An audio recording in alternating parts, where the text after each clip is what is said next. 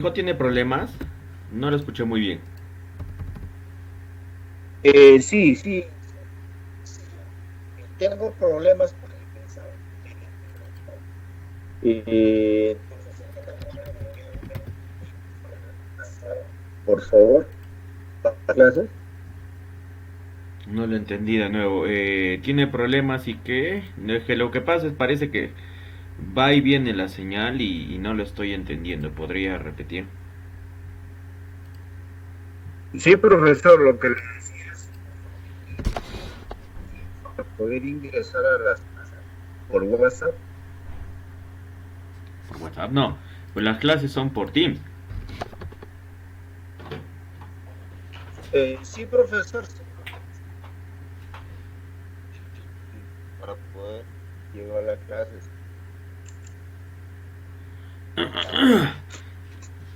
Al menos este curso va a ser solo hoy día. Entonces usted podría revisar la grabación y con eso podría... ¿No? Solucionar el tema si fuera con respecto al dictado. Ahora, como es una clase de un solo día, la evaluación es hoy, ya no hay otro día. La evaluación tiene que ser hoy, hoy mismo va a ser la evaluación. Entonces, sí, yo lo estoy escuchando como que va y viene algo le he entendido, pero no le he logrado entender por completo. Entonces, en el momento de la evaluación, de repente no lo escuche, va a tener que ver cómo manejar el tema o enviar el audio por WhatsApp porque la evaluación no puede ser otro día. O sea, como hoy día nada más es la clase, no puede ser otro día. No se podría prolongar a otro día. Igual el trabajo ya mañana, porque ya le actualizar la plataforma a todo lo que es explotación. Hoy día mismo, si no, les envío el trabajo para que ya también lo envíen, lo desarrollen, porque no hay otra fecha. Este curso solamente se va a dictar hoy día. Ya entonces vamos a avanzar hasta cierto punto y de ahí voy a empezar con la evaluación de esa misma de la clase que estaría haciendo hoy día. Mañana o en el transcurso de la semana les voy a estar poniendo la evaluación en la plataforma para que lo puedan desarrollar. Eso va a ser la forma.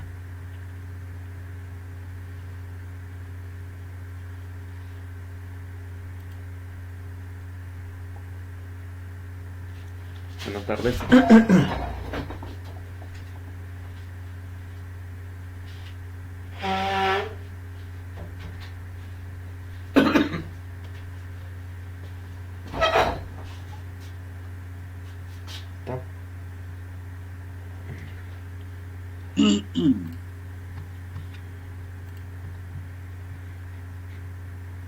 Ya, como el curso es explotación minera, entonces me imagino en lo que es seguridad, ustedes ya han visto cómo se utiliza el decreto supremo 024, cuáles son los artículos, han revisado las especificaciones que nos da seguridad en operaciones mineras,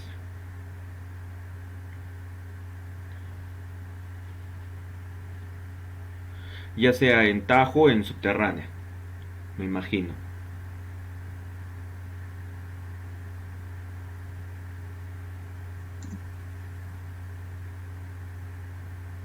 Por eso es que este curso nada más es como un complementario. Al final, lo que es el tema de seguridad en operaciones mineras, eso lo deberían estar viendo en seguridad correspondiente a este módulo. Yo lo único que voy a hacer es hablarles de la explotación minera. Yo no tengo que ver nada con el tema de seguridad. Entonces, la explotación minera empieza con el proceso de perforación. Perforar es agujerar la capa de material estéril por métodos mecánicos o manuales con el fin de realizar, se les llama taladros. Se utiliza un barreno que es una barra integral. Ese agujero se llama taladro y este va a ser cargado con explosivos. Explosivos Orica, Famesa o Exa acá en Perú. En el extranjero tenemos Maxam, tenemos DNA Blast, tenemos, si no me equivoco, Ferrada. Luego tenemos, bueno, Orica es una marca del extranjero también. Enaex, entre otras marcas de explosivos. Entonces, la perforación se puede desarrollar en dos formas, manual o mecánica. La perforación manual se lleva a cabo con equipos ligeros, generalmente ergonómicos. Se utiliza con la mano, por eso es que se le habla manual, pero no es que vamos a utilizar como antes, ¿no? Pico y cincel o lampa, sino lo que se va a hacer es, se va a empujar manualmente el accesorio o el equipo. La perforación mecánica es aquella que se desarrolla con el uso de equipos más grandes, máquinas más grandes. La perforación utiliza energía mecánica, pero en sí es la transformación de la energía, porque es energía neumática. Ya los sistemas de perforación utilizan aire comprimido. Los tipos de máquinas pueden ser manuales o son perforación mecanizada. Los métodos son rotativos o rotopercutivos. En el método rotativo tenemos la perforación diamantina. Para la extracción del testigo solamente se hace un giro, un barrido, como si fuera un tubo hueco que está ingresando y que va a jalar roca. Esa es la perforación diamantina. En el método rotopercutivo, mientras va chancando, va triturando el material, va girando, va rotando. Esa es la perforación rotopercutiva. Esta es una perforadora. La perforadora tiene ciertas características de seguridad. No, como les decía, me imagino esto ya les han hablado. Lo que es la pata de avance, lo que es la perforadora manual y lo que es el barreno. El barreno es la barra que va a realizar el agujero en el terreno. La perforadora tiene dos líneas. La línea de aire comprimido y la línea de agua. Ya siempre una perforadora tiene dos líneas. Perforadora tiene aire comprimido y agua. El aire comprimido es para generar la presión que va a alimentar al equipo para realizar los agujeros, y el agua va a servir para evitar la acumulación de polvo. Ya no obstante, igual el operador debe tener, el maestro perforista, el que está con la máquina, debe tener el respirador, ya, el respirador, generalmente los 3M, si no me equivoco la norma es la ANSI Z16.1, si no me equivoco, no, creo que no. Ahora, bueno, generalmente cumplen una norma internacional, una norma ANSI. Esto de color amarillo es la pata de avance. La pata de avance le da la estabilidad para que el operador simplemente empuje. Y eso es como un brazo hidráulico, se va ampliando. Lo empuja, hasta que toda esta barra ha ingresado y ha hecho el agujero en el terreno. Ahora, esto a veces lo que pasa es que en interior mina nosotros tenemos acumulación, o sea, el suelo no es simplemente hecho con terraplén o hecho como una carretera. A veces simplemente se deja acumular el mineral y eso nos sirve de superficie o de piso para la perforación.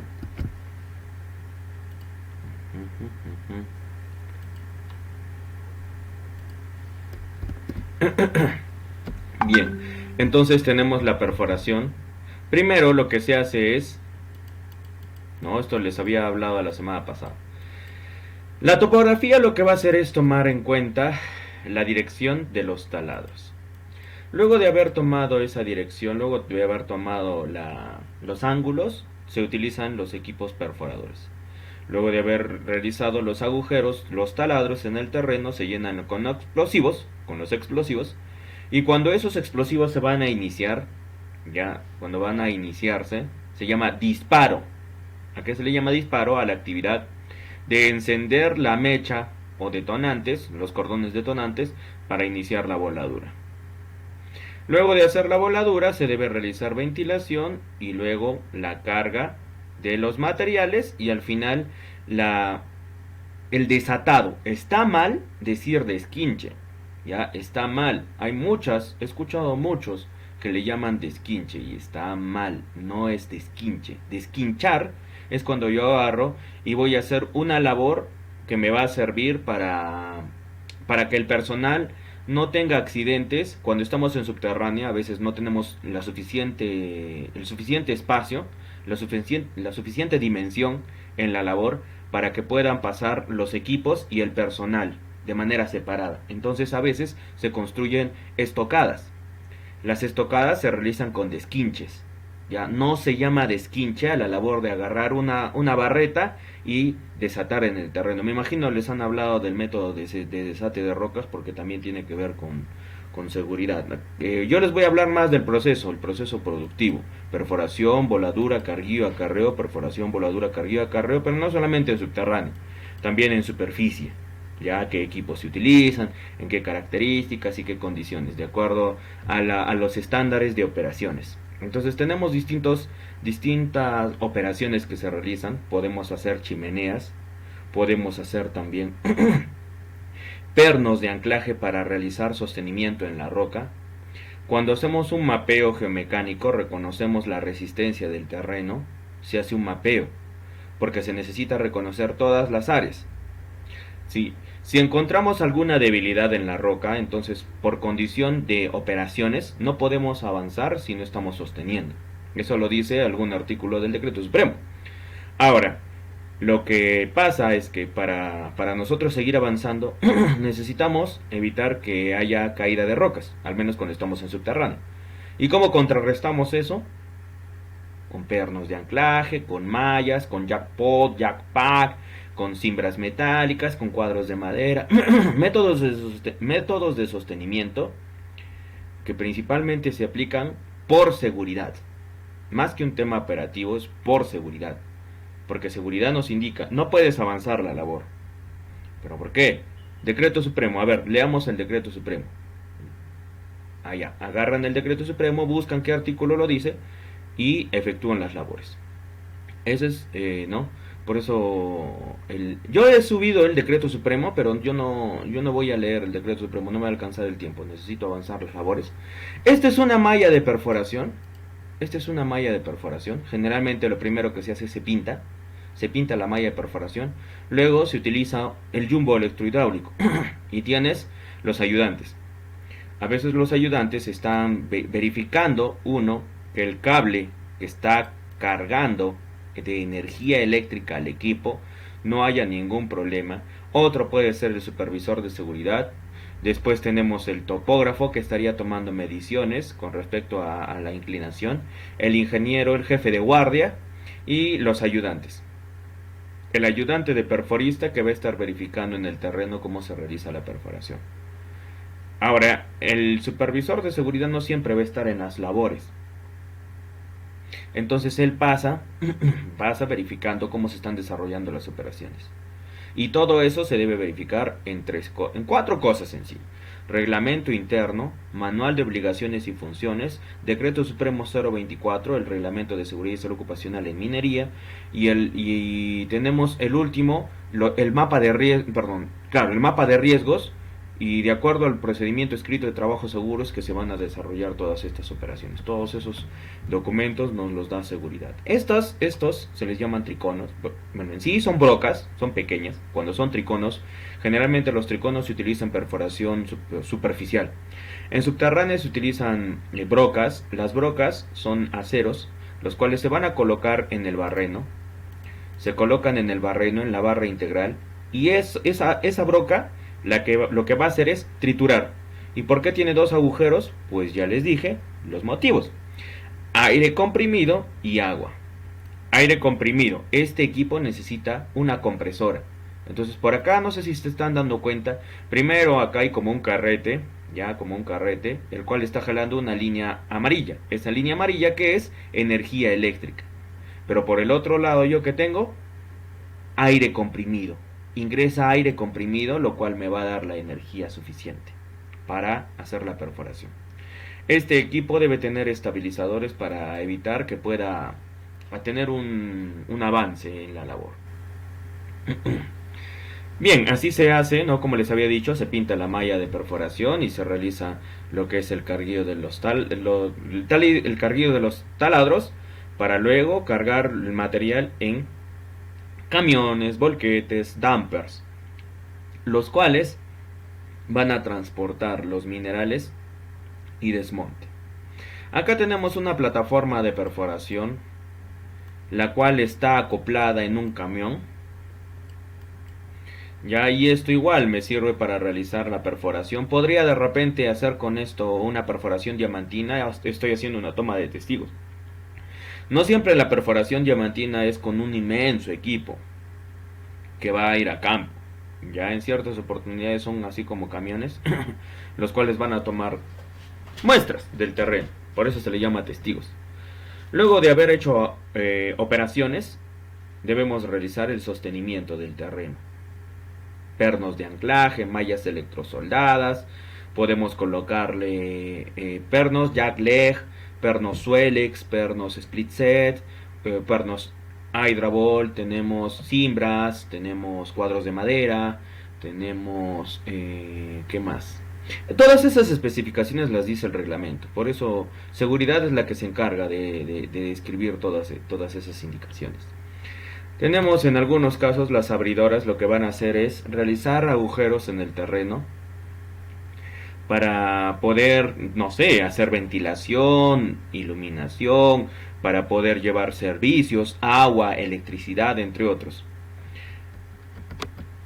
Tenemos una condición de verificación de ventilación, o sea, cuando no hay el suficiente aire no se debe ingresar. Si las condiciones del medio están contaminadas, el aire está viciado, entonces yo no debo ingresar.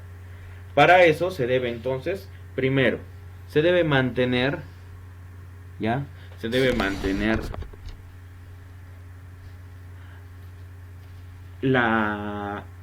estos valores son establecidos por límites máximos permisibles que se controlan mediante un Altair. Ese equipo que tiene en la mano es un Altair, o podría representar un Altair.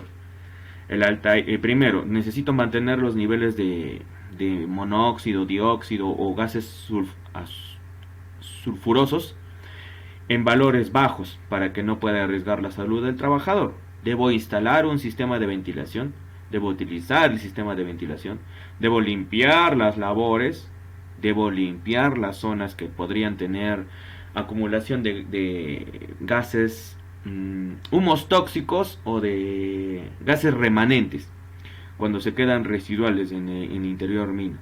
Y al final tengo que evaluar, tengo que hacer modificaciones, tal vez tengo que mejorar mi sistema. Riesgos de salud en la minería, tenemos algunos, ¿no? Por la intoxicación, por los gases que se generan. Tenemos algunas condiciones. Dígame. Profesor, discúlpame. Para monitorear los gases, hay un equipo necesariamente ya establecido o hay diferentes marcas. Generalmente utilizan el Altair 5X, algunas utilizan todavía el Altair 4X, pero el Altair 5X tiene la mejor tecnología. Sin embargo, eso lo va a definir mina, interior mina. A veces cuando vamos a ingresar a una chimenea o un pique necesitamos un Altair para tomar el monitoreo de los gases, cuando no he estado en esa área por una gran cantidad de tiempo y esa área no tiene ventilación. Voy a necesitar ese equipo. Todavía algunos dicen que debes utilizar tu fósforo, pero está mal. ¿Ya? ¿Por qué está mal?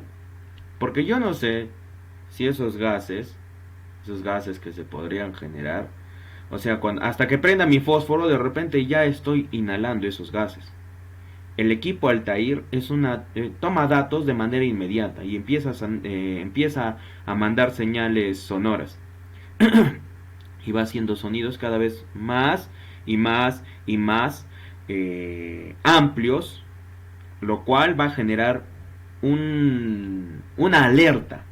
Entonces yo no voy a ingresar a esa área, porque si voy con mi fosforito no voy a estar prendiendo fósforo por fósforo para ingresar metro por metro a la mina. Lo ideal es que tengamos equipos, pero si no tengo esos equipos, entonces lo mínimo es que deba tener un sistema de ventilación bien instalado. Haber hecho los estudios de los gases que tengo en interior mina, qué tipo de controles estoy realizando para evitar la acumulación de esos gases. A pesar de que utilicemos los respiradores, igual siempre van a existir cierto porcentaje que va a ingresar. Vamos a inhalar. Acá tenemos algunos actos inseguros. Condición subestándar sería cuando Producto de el, el terreno, se cae una roca, sin previo aviso. Ahora, eso es una condición subestándar, pero un acto subestándar es cuando el trabajador lo realiza. En este caso, ¿por qué acto subestándar? Porque no tiene EPPs, no está utilizando los EPPs normados, no está utilizando guantes, no está utilizando mameluco, no está utilizando botas de seguridad, no está utilizando un respirador, ni siquiera tapones auditivos. Y la perforadora genera una gran cantidad de ruido. En algunos, yo he visto al menos, cuando estuve en San Juan de Chorunga, yo he estado tanto en la empresa como en... Principalmente yo me acuerdo la parte que más marcó mi experiencia fue cuando, o sea, yo me titulé después, ¿ya? Pero yo cuando fui a San Juan de Chorunga, a San Juan de Chorunga, a la mina informal, me acuerdo claramente cuáles son las condiciones de trabajo. Una mina informal no cumple la ley, entonces ahí no sabe ni siquiera qué es un acto o qué es una condición subestándar. Ellos simplemente hacen su trabajo por hacer. Y a veces se observaba que tenían la boca llena de sangre y eso es producto de la silicosis. Y otro es que a veces los oídos también les empezaba a molestar y a veces empezaban a sangrar. Y eso también es una otitis, que puede ser un daño severo a los oídos. Entonces siempre es importante mantener esos estándares de salud. Esas indicaciones nos las da seguridad. Ahora, esto también es un acto subestándar. Estar parado sobre una superficie inestable intentando hacer una perforación. En cualquier momento se resbala alguno de ellos y ¿dónde se va a apoyar? No tiene baranda, no tiene arnés, no tiene ningún tipo de trabajo seguro. Tenemos también lo que son los costos. Al final, cuando hablamos de explotación, tenemos y sabemos que el tema operativo está ligado con el tema de costos. ¿Cuánto me está generando costo por accidente? Al de operaciones no está tan estresado con el tema de investigación de accidentes en interior mina. Ya cuando ves el tema operativo, a ti lo que importa son, lo que interesa son los estándares de avance. ¿Cuántos metros perforados estamos teniendo? ¿Cuántos metros de avance? La longitud, mis labores, estoy teniendo la cuota de producción, estoy cumpliendo. ¿Qué más? Los costos, cuánto me está generando el costo del barreno, el costo de la broca, el costo del personal, mano de obra, las herramientas, equipos, accesorios, EPPs, el sacabarreno. Cuando a veces el barreno se planta, ¿a qué se le llama barreno plantado? Cuando estás haciendo la perforación y de pronto se atora en la roca, a eso se le llama barreno plantado. No vas a cortar el barreno y vas a eliminarlo y lo vas a dejar ahí. Lo que tienes que hacer es sacar el barreno y eso es una pérdida de tiempo. ¿Por qué?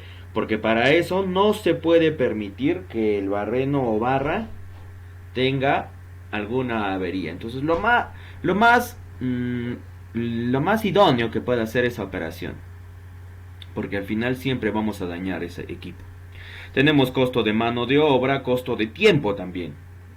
Cuando hablamos de máquinas, así sea una perforadora manual, representa un tiempo operativo, tiene rendimiento, que se puede medir en cuanto a cuántos minutos en una guardia es efectivo la operación, cuánto me demoro para hacer una malla de perforación y cuántas mallas de perforación estoy haciendo en una guardia. Generalmente las guardias, bueno, en subterránea deberían durar 8 horas, pero con la actual pandemia ahora solamente hay 2 guardias. Antes, ¿por qué duraban 8 horas? Porque habían 3 cambios, mañana, tarde y noche. Ya habían 3 turnos. Ahora, ¿por qué no se puede hacer así ahora? Para evitar y disminuir lo que son el contacto de persona a persona, lo que se ha hecho es, se han quedado con el personal de confianza, con los que son efectivos. Entonces, se ha reducido el personal, pero se han quedado los más aptos. ¿Ya? Y con ello están aumentando las horas, ya no van a ser 8 horas, van a ser 12 horas, están aumentando las horas de trabajo. Y aparte de aumentar las horas guardia, lo que se está haciendo es disminuir el contacto que se tiene para evitar así la proliferación de este virus. Por acá tenemos, ¿no? Acá está la descripción. La topografía hace la malla, o sea, no hace la malla, La malla la hace el ingeniero, el especialista. Y para eso necesitas un montón de características. Ahora, el de seguridad te puede decir qué hacer y qué no hacer. Pero el de seguridad no va a saber cómo manejar una máquina, un equipo. Muchas veces, incontables veces, a veces, y me ha pasado a mí, cuando vienen estos chiquitos de ingeniería de seguridad de una universidad que no saben nada de operaciones, pero porque han llevado la carrera, bueno, ya la mina los acepta como asistentes de seguridad, o sea, bachilleres que han estudiado ingeniería de seguridad, pero que no saben nada pues de operaciones. Entonces a veces me ha tocado entender que para mí es una pérdida de tiempo, pero lamentablemente el decreto lo permite. El decreto no dice que solamente puedan ser supervisores de seguridad ingenieros geólogos e ingenieros de minas que saben de operaciones mineras. El decreto permite que pueda ser no sé, un metalúrgico, un mecánico, puede ser un ingeniero geofísico, un ingeniero de seguridad. Y lo que pasa, y por qué estoy siendo tan duro en esa parte, porque al final el tema operativo se detiene a veces. ¿Por qué? Porque hay que estarle explicando al chibolito, ya, a ver, ¿qué quieres? ¿No sabes no sabes qué es una perforación? ¿Qué roto? ¿Por qué te han enseñado en la universidad? Ingeniero, yo he estudiado ingeniería de seguridad. Ya, a ver, ¿sabes llenar un IPRC, no? Ya. El procedimiento escrito de ese trabajo seguro, ¿los has leído? Ya, mira, vas a agarrar y te vas a entrevistar con tal. Yo agarraba y le decía al operador que le explique, porque a veces yo no me alcanzaba el tiempo para estarle explicando al chibolito y también ver el tema de operaciones. Porque al final se trata de solucionar esos temas. Yo no me voy a detener a ver, hijito, ya te voy a enseñar. Ya cuando tenía tiempo, a ver, ven acá. Sí, ingeniero, dígame. Mira, cuando vas a hacer una perforación tienes que verificar esto. Pero cada vez que hacía yo una especie de charla o capacitación corta, porque yo no le llamo inducción, yo le llamaba capacitación, charla de 5 minutos o como sea que se llamara. Entonces yo lo que hacía era verificar el trabajador, o sea, al chiquito, a este practicante, ¿está siendo efectiva esta capacitación? O sea, ¿realmente está utilizando las cosas que yo le he dicho?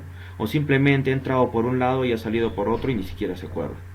Entonces yo le decía, mira, vas a agarrar esto.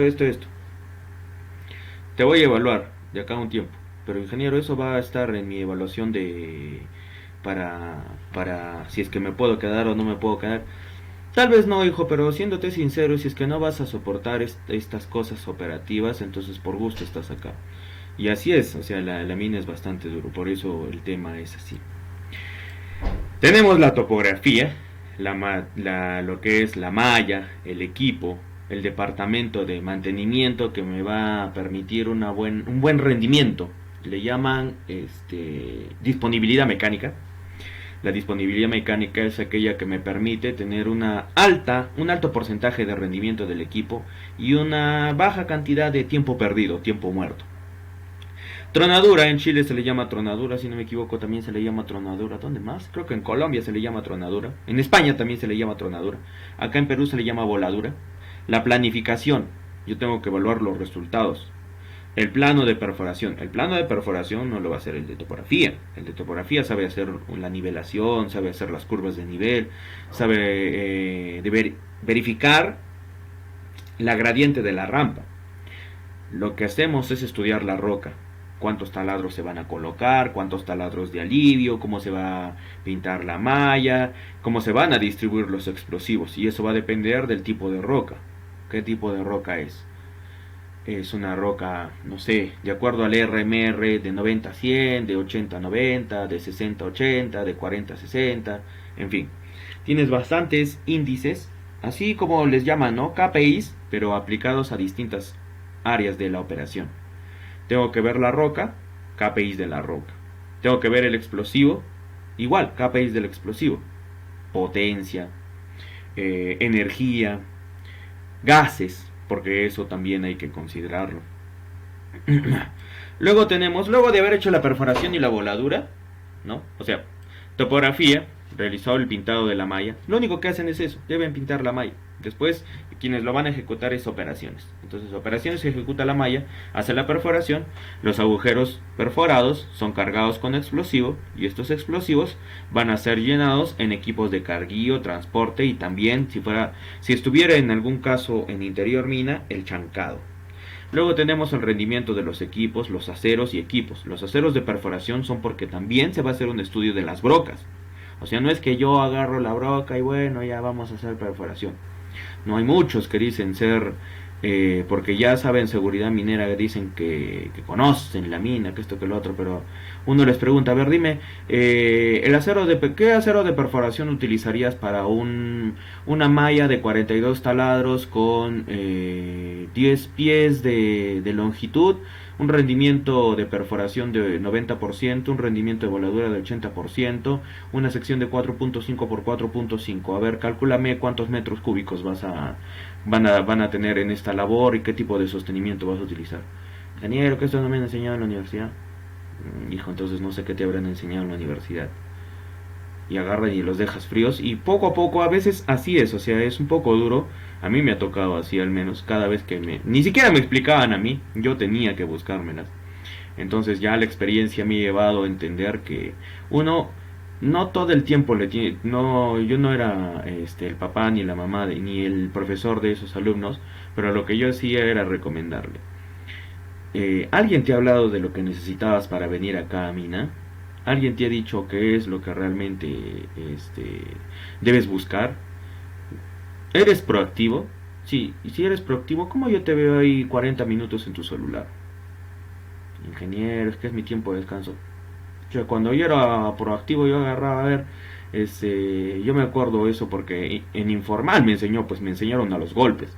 Yo agarraba y cargaba mi carretilla llena de minerales, pero llena de minerales. O sea, una cosa es agarrar una carretilla llena de tierra o piedras y otra cosa es agarrar una carretilla de minerales.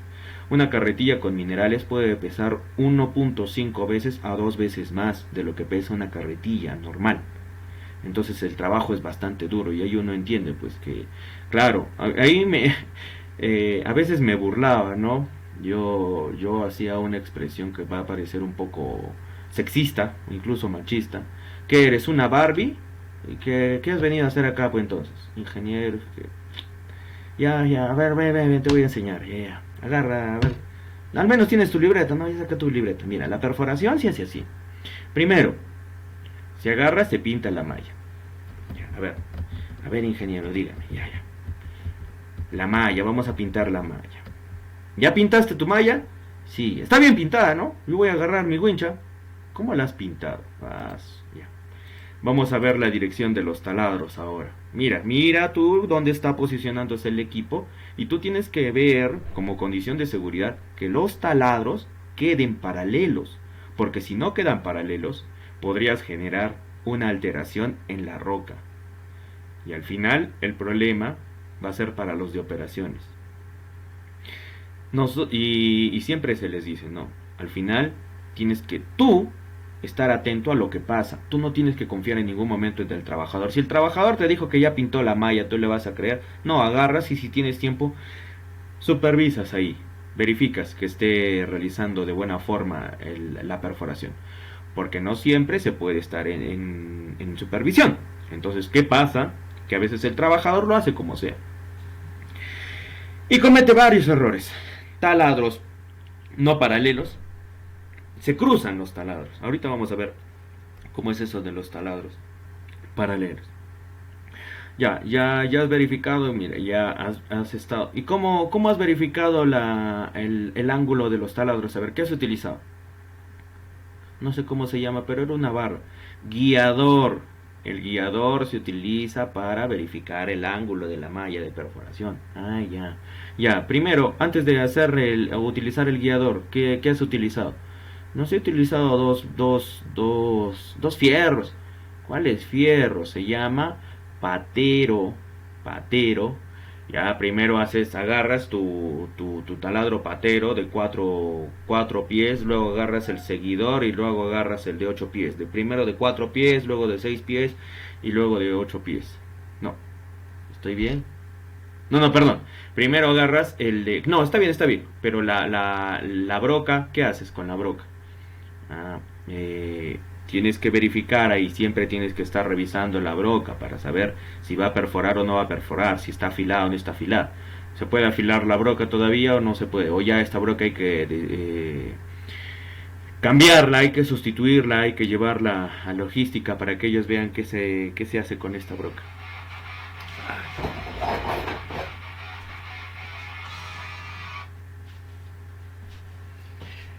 Ya, luego de haber hecho la perforación se hace la voladura. Entonces en la voladura hay muchas más condiciones inseguras, especialmente subterráneas. Son como...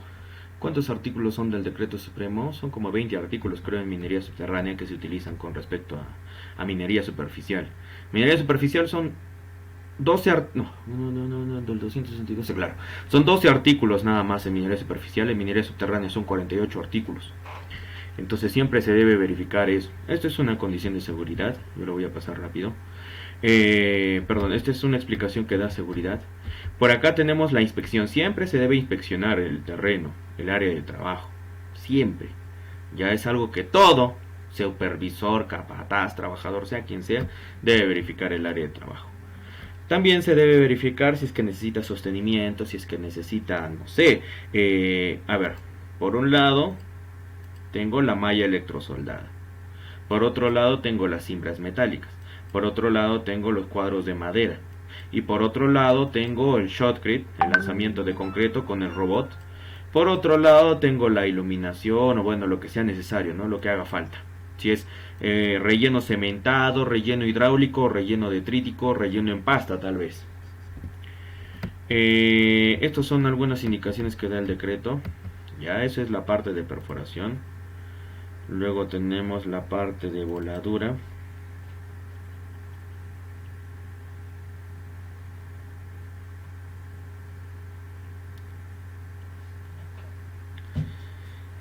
La parte de voladura.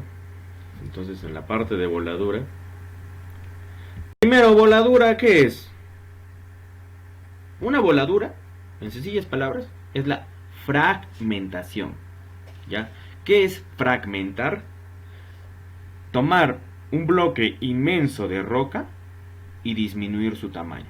Eso es fragmentar. ¿Ya? Tomar un inmenso tamaño de roca y volverlo más pequeño. A ver, ¿han dejado alguna pregunta? No hay problema por la tardanza, ¿no? Eso es cuestión, eso es independiente, no hay problema. ¿Ya? ¿Dónde está? Entonces, el explosivo, que se utilizan explosivos y accesorios de voladura. Los explosivos son de varias, tienen un montón de clasificaciones. Hexafame, Saórica utilizan diferente clasificación. Algunos dicen deflagrantes, detonantes, otros dicen bajos explosivos, altos explosivos, otros hablan de la energía que necesita el explosivo, otros hablan de acuerdo al tipo de roca, si es que hay filtración de agua y no hay filtración de agua, qué otras condiciones pueden afectar, a ver, el uso de los explosivos, el tipo de, bueno, ya dije creo tipo de roca, si es... no recuerdo el nombre de una roca que genera algo así como cuando estás haciendo fricción genera chispas. No recuerdo ahorita exactamente cómo era este nombre. Los explosivos deflagrantes y explosivos detonantes. Los explosivos deflagrantes son aquellos que se utilizan como pólvoras. ¿Cuál es el objetivo? El objetivo es generar la mecha o cordón para llegar al área de operaciones y realizar la voladura. Ese es el objetivo de los deflagrantes. Por ejemplo, tenemos las pólvoras, pólvora negra. Antiguamente se utilizaba para ese fin el nitrato de cloracio, el nitrato de potasio y el clorato de potasio. ¿Ya? ¿Qué es lo que hacen los deflagrantes? Generar calor. Entonces, era como cuando el coyote perseguía al correcaminos y entonces veías que ese es el deflagrante. Agarras un cuetillo, que es esa mechita, eso lo que se enciende, es el deflagrante. El detonante es lo que va a hacer la explosión. ¿Ya? Es incorrecto decir que el detonante detona. ¿Ya? El detonante lo que hace es explosión. Por eso se le llama explosivo. ¿Y qué significa explosión? Que va a generar una gran cantidad de energía que va a expulsar todos los componentes. Expulsa todos los componentes. De una manera como si reventara. Como cuando agarras y estás cocinando popcorn. Ya, imagínate que tienes una gran cantidad de popcorn en un punto y de pronto va a llegar ese momento exacto donde revienta el popcorn. Entonces algo así es la voladura. Agarra, está pasando por la mecha, por el cordón. Luego de haber terminado esa mecha, queda unos cuantos milisegundos. Empiezan a ver como juegos antiguamente se hacían como juegos pirotécnicos. Ahora está prohibido ver de colores. Entonces se hacía como esos juegos pirotécnicos y luego ¡pum! Y lo que pasa es que toda esa roca se fragmenta, se vuelve más pequeño el tamaño. Tenemos algunos primarios, secundarios, terciarios. Ya les hablé de la perforación. La perforación es percutiva y rotativa. Tenemos acá taladros. Ya, esto es a lo que me refería. Los taladros son aquellos agujeros que se generan con la máquina perforadora. El taladro de alivio se utiliza principalmente para formar la cara libre y otro es para también permitir, ya, mejor lo voy a explicar a través de la malla. ¿Ya? Esta malla es de acuerdo al estudio de Holmberg. Holmberg es el que diseñó, de acuerdo a un modelo matemático, cómo distribuir en forma de rombo y en forma de cuadrado. Entonces, tenemos acá una malla. Pero esta es la malla, la cara... No, esta malla es la que se está perforando. Por acá se perfora y esta es la salida. ¿Ya? Entonces, acá tengo la malla de perforación. Por acá estoy ingresando. Estos dos taladros más grandes se les llama taladros de alivio. Y esos taladros, ¿por qué se genera un mayor tamaño?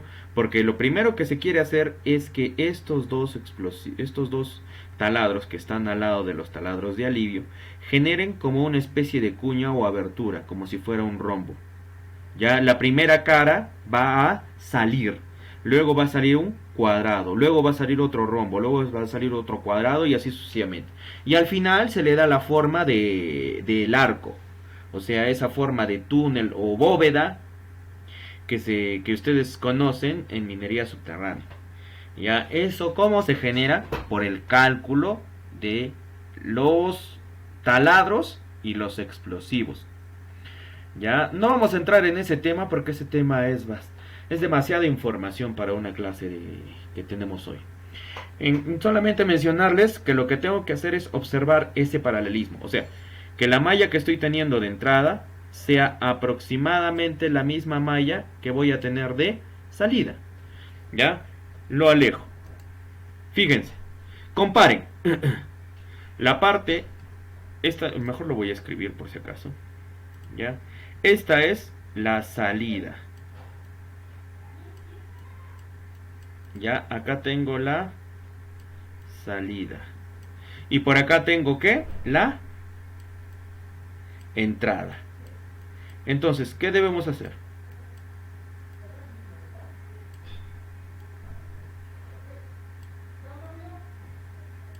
¿Ya? Por acá se hace la perforación, se hace el taladro de alivio, se genera la cara libre. Y debe tener esa misma malla debe estar distribuida tanto en la entrada como en la salida. Eso es un buen paralelismo. ¿Y cómo se analiza el buen paralelismo? Como si yo hiciera un corte, así como están observando acá. Yo hago ese corte y los taladros son como líneas que van en la misma dirección. Si van a ser inclinados, igual. Puedo tener taladros, a ver, se le llama perforación en breasting, perforación en realce, entre otros. ¿Ya? Entonces, tengo acá los taladros alineados. Fíjense, y miren ustedes, ¿ya? Profe, acá está chueco, es porque la línea la han dibujado así, pero generalmente es una línea recta. ¿Ya? Eso es una buena perforación, buen paralelismo. Una eficiencia de 95 a 100%. Una buena voladura.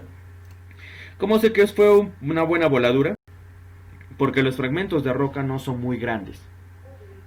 Yo tengo un tamaño mediano de roca. ¿Ya? Ahora, este es el macizo rocoso. Esto es lo que debo verificar. las fracturas, fallas, el diaclasamiento, si es que hay agua, si es que hay rugosidad, ¿qué más? ¿Qué otras características? La resistencia, la fuerza que emite, todo eso es lo que debemos analizar. El tema operativo es bastante amplio. Una buena voladura se tiene así. Ahora vamos al otro caso. La mala voladura. Miren la longitud de los taladros. Diferente longitud de taladro. Miren la separación. Diferente separación de taladro a taladro. ¿Ya? Ese es el frente. Miren la entrada. Miren ustedes. ¿Sí? Fíjense. Acá se forma rombo cuadrado. Y miren la salida. ¿Se puede formar un rombo cuadrado?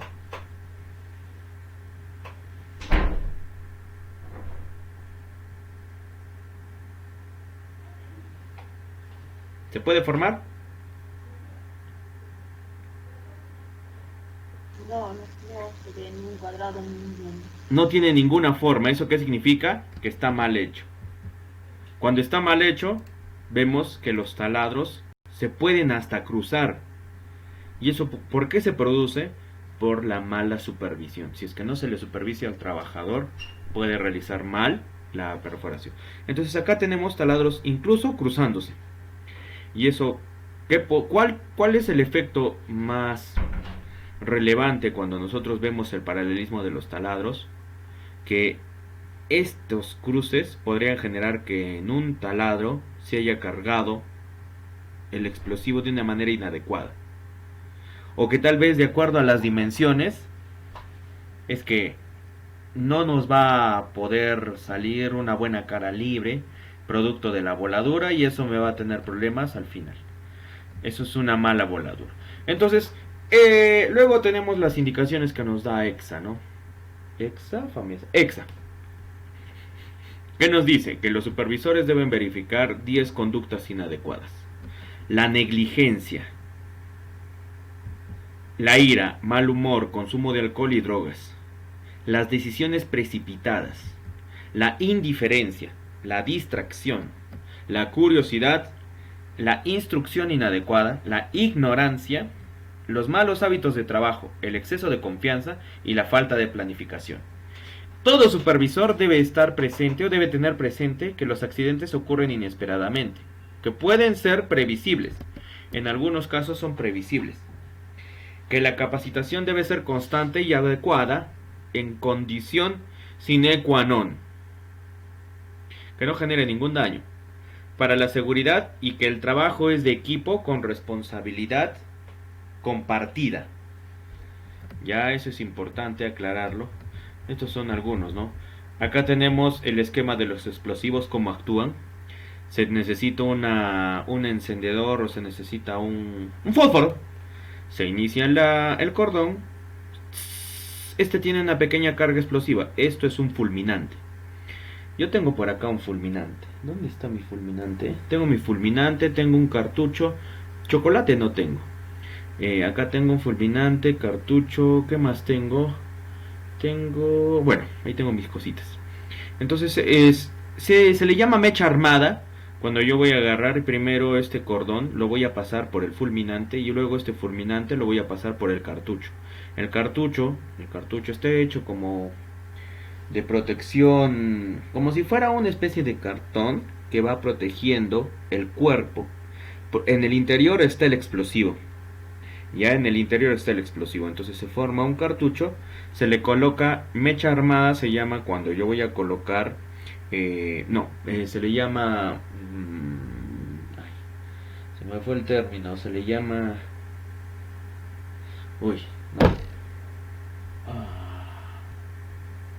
encebado, se llama encebado cuando yo voy a colocar el fulminante en el interior del explosivo. ¿Para qué? Para que esa mecha va a pasar por el fulminante. Este fulminante va a generar una pequeña onda. Esa pequeña onda, como va a estar dentro del explosivo, se va a ampliar.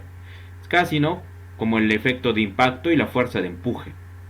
El impacto va a generar la proyección del material y la fuerza de empuje va a arrastrar a los materiales y lo va a apilar en un determinado lugar.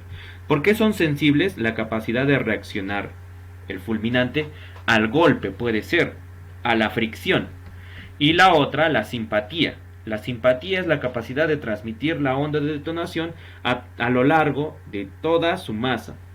Pero la simpatía no necesariamente tiene contacto. El explosivo puede tener simpatía en lo que está uno, no sé, en un taladro pueden existir varios cartuchos, pero está en contacto con otros taladros. ¿A qué me refiero? Para que me entiendan esa parte, eso de simpatía.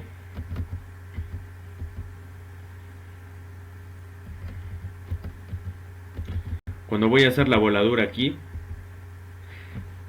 entre este taladro y este taladro hay simpatía. No están uno al lado del otro. Así no están tocándose, pero sí tienen simpatía y se va a transmitir la energía que tiene. A eso se refiere. ¿Ya? Uno es sensibilidad, el otro es simpatía. Tenemos explosivos prima. Esto ya les dije que hay distintas categorías. Los accesorios de voladura también llevan pequeño porcentaje de explosivo. El fulminante, lo que son los boosters, los primers, las emulsiones, tienes las dinamitas, el anfo, ¿qué más? Los hidrogeles, los slurries, tenemos la pentrita, a ver, los Carmex, Cemexa o Famecorte, entre otros. Tenemos distintos tipos de explosivos y se agrupan dependiendo de las características o necesidades. ¿Ya? Existen agentes de voladura también, en algunos casos el AMFO. Entonces, yo me acuerdo, ¿no?, que en algunas operaciones en superficie, a veces van pasando los años y también los jefes, a veces cuando uno ya tiene, no va ocupando ciertos cargos, los gerentes, los superintendentes quieren saber si efectivamente está uno mostrando liderazgo o no está mostrando liderazgo.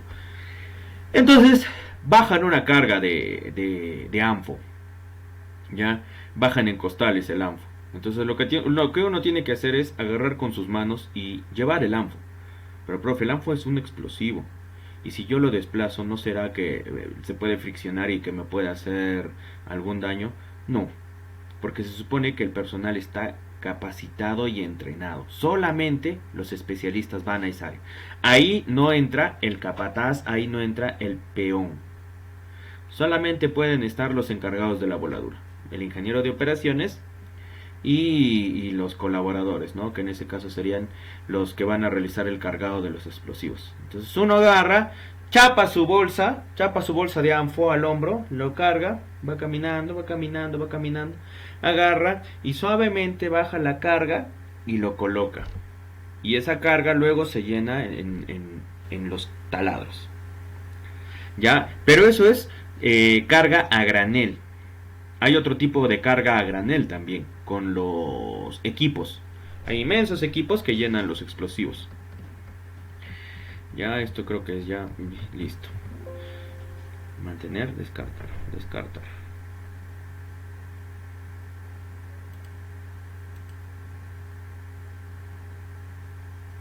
Uy. ¿Hasta aquí alguna pregunta o duda?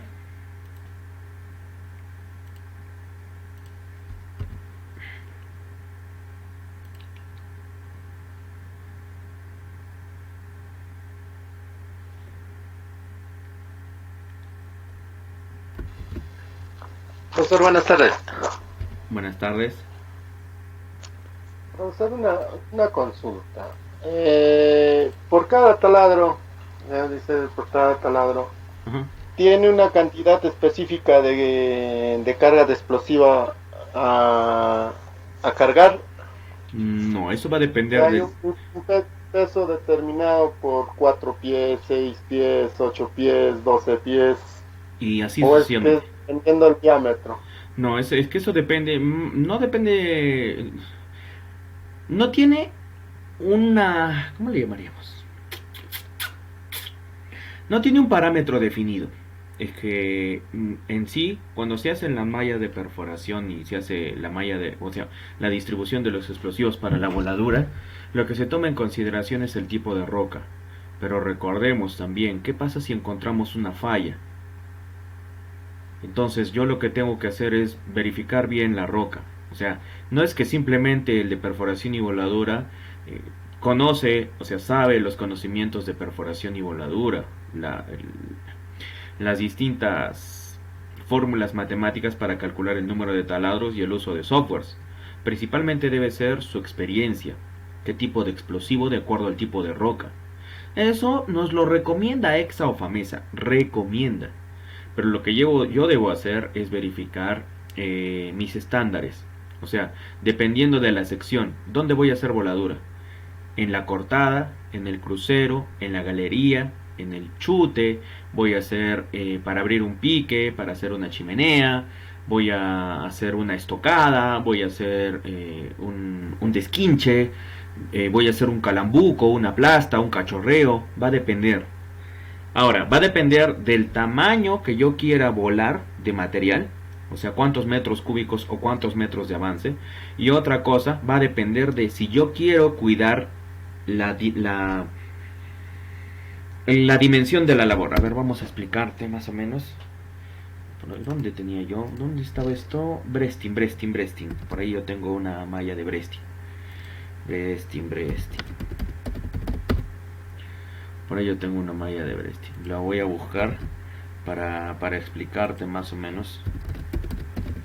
Si no me equivoco, este es de Sixa o en Sisa. Si no me equivoco, es de Sixa. Y ahí mientras va buscando la malla de Brestin. Y lo que pasa es que... ¿dónde está? Ahí.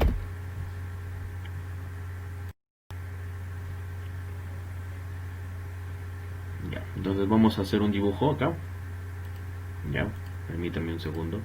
Entonces yo tengo acá mi sección, ¿cierto? Yo por acá tengo mi sección. Uy. Ya, hablemos de una sección de 4.5 por 4.5, minería mecanizada. Estamos hablando de que esta malla es ejecutada por un jumbo hidráulico. Entonces lo que generalmente se hace, y eso depende, ¿no?, también de la distribución, se pueden colocar 2 taladros de alivio. Yo coloco 2 taladros de alivio y por acá hago mi distribución de rombo cuadrado.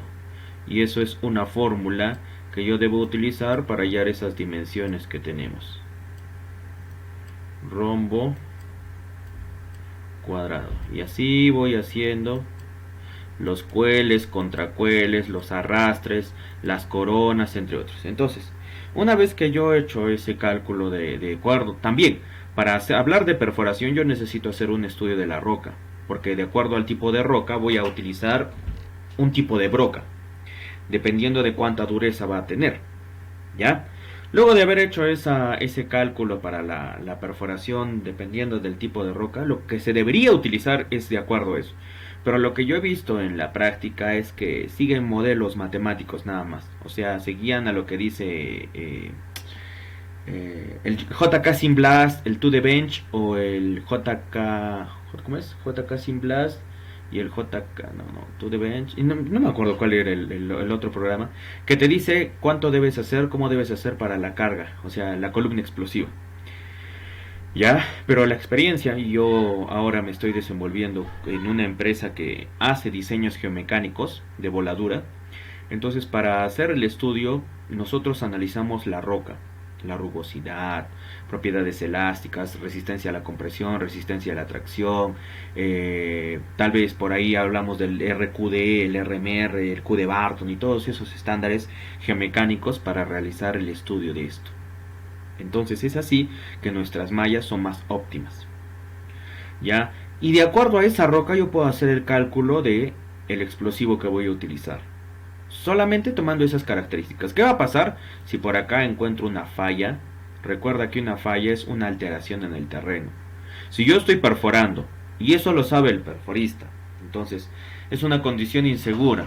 ¿Por qué es una condición? Yo no sé si me voy a encontrar una falla o de repente material panizo. Ya, entonces estoy perforando y siento que está más blando el terreno. Lo que debe hacer el operador, el maestro perforista, es detener su labor y llamar inmediatamente al jefe de guardia o al encargado de operaciones que estuviera cerca a la zona. El supervisor de seguridad no tanto, yo no lo veo tan deficiente porque O sea, no es que desprecie esta labor, sino que el ingeniero encargado de las operaciones es el que va a saber qué tipo de acciones se debe realizar para evitar el trabajo en esa falla. Entonces se dice, ya has encontrado una falla. A ver, la Jagleg. No, en este caso como es mecanizada, saca el jumbo. A ver, deja de perforar. A ver, déjame tomar la muestra y tú evalúas la muestra de roca o el material suelto que está saliendo. ¿Qué hacemos? Ya, más o menos calcula desde donde estás hasta el final, hasta donde finalice esta disminución en la resistencia. Y a ver, va avanzando, va avanzando, va avanzando. Ya, ingeniero, ya. Más o menos he calculado que el barreno ha avanzado unos 5 o 6 segundos y recién he encontrado roca dura de nuevo. 5 o 6 segundos, hace su cálculo el ingeniero. Entonces esta falla tiene 0.3 metros. 0.3 metros de falla. ¿Qué explosivo estamos utilizando? No podemos utilizar. Porque si utilizamos un explosivo muy potente, la falla es como tener suelo. A la mitad de la roca yo tengo suelo, para que me entiendan. Yo agarro, vuelo esa falla, puedo generar una inestabilidad pero tan complicada que podría hacer que mi labor se venga abajo. Todo ese cálculo se hace, o sea, se debe de verificar todo eso. O sea, son un montón de cosas en sí. Por eso le llamamos ciencia y arte de los explosivos. Porque esto no es un tema que así cualquiera te lo diga. Mira, yo a la poca experiencia que tengo, te hablo porque he estado empapándome bastante de la experiencia que con otros. Ellos sí son especialistas, entonces a ellos les entendía, ¿ya? Y a veces yo he visto chubolitos que están 5 años, ya se dicen ser expertos en perforación y voladura, pero en sí el tema es la roca. La roca es muy cambiante. Principalmente tomamos como referencia esta variable, porque si tú controlas eso, vas a tener una buena voladura y tus costos van a disminuir. Ese es el objetivo, ¿no? Al final, si en la empresa no lo hacen así, lo que se debe hacer es el ingeniero encargado de la voladura realiza ese estudio y siempre debe respetar las indicaciones de geomecánica. Ese es otro tema. Ya, pero sí hay un montón de cosas hay que, ¿no?, por hacer. En esa parte, sí, mi respuesta, porque ha sido tan amplia, porque es un tema muy complejo hablar primero hablar de una malla de perforación, cómo se debe realizar una malla de perforación, y luego cómo realizar la malla de voladura. Son temas muy complejos. ¿Cómo se llamaba esto? Sisa, creo que sí.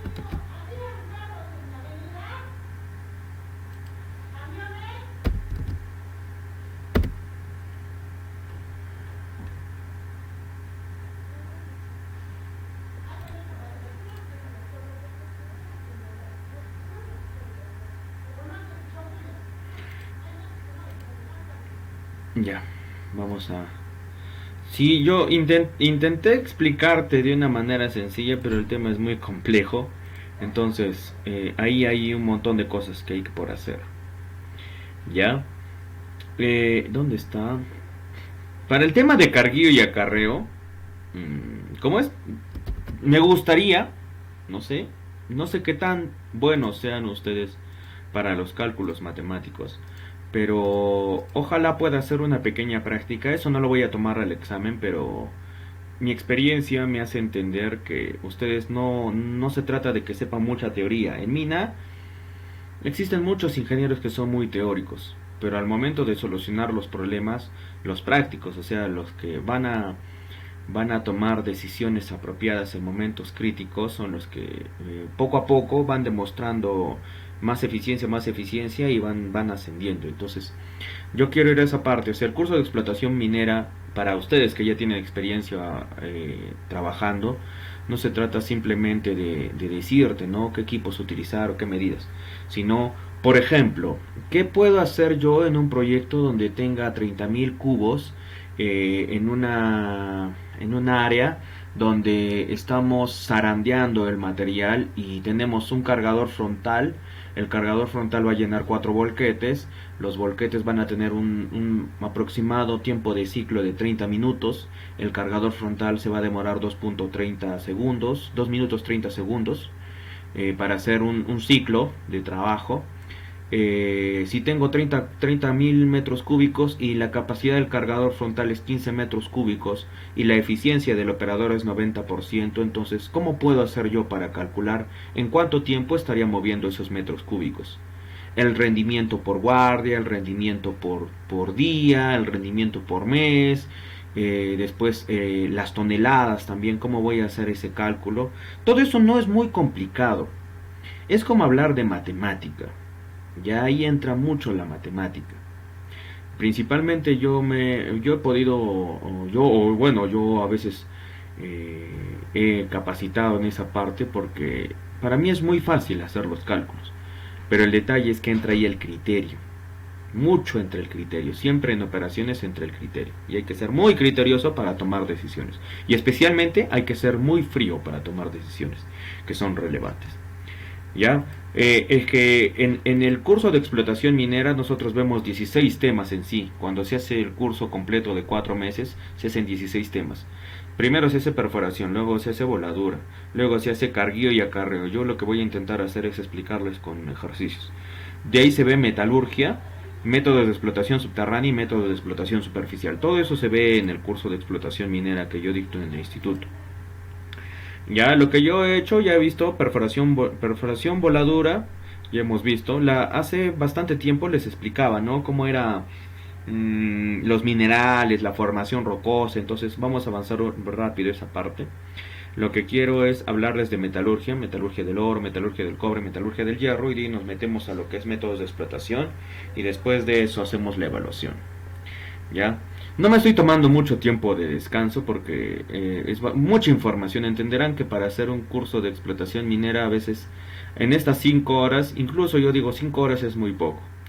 Ya, por eso es que no me estoy deteniendo a hablarles del decreto supremo 024. Eso en el curso de seguridad me imagino ya lo están haciendo, porque este módulo ustedes se dedican netamente a hablar del análisis y control de riesgos en operaciones mineras.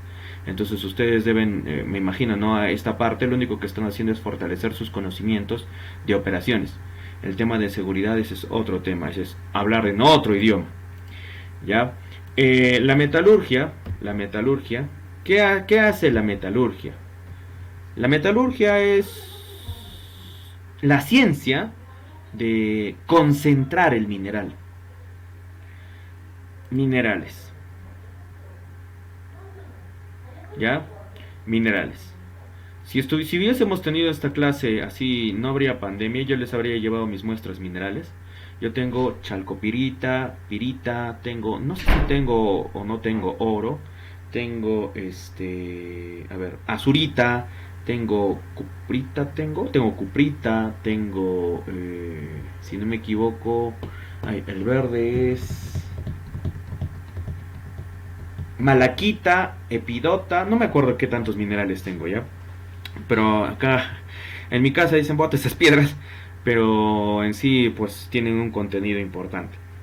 Los minerales, no sé si ustedes se están dando cuenta, pero yo voy a agarrar y lo voy a pintar, y de ahí lo voy a agrandar. Yo necesito que observen esta parte donde yo voy a pintar por acá. Ya, yo voy a pintar por otro lado, a ver por dónde más puedo, por acá. Ya, por dónde más puedo pintar, por acá. Ya, y yo lo que quiero que observen es, ya, me gustaría que observen, miren su forma. Ya, miren la forma. Es como si fuera un plano. Ya, ¿cómo se le llama? Cristalización. Los minerales tienen cierta cristalización. En el caso del cobre parece entre comillas amarillo oro, no es oro. Ya el cobre es un poco más opaco. Se parece medio al plateado, o sea, es como si fuera un amarillo medio plumboso, o sea, medio plomizo. ¿Ya? ¿Por qué? Porque está agregado con otros minerales. Entonces, estos materiales, esta cristalografía es la que me permite definir qué es.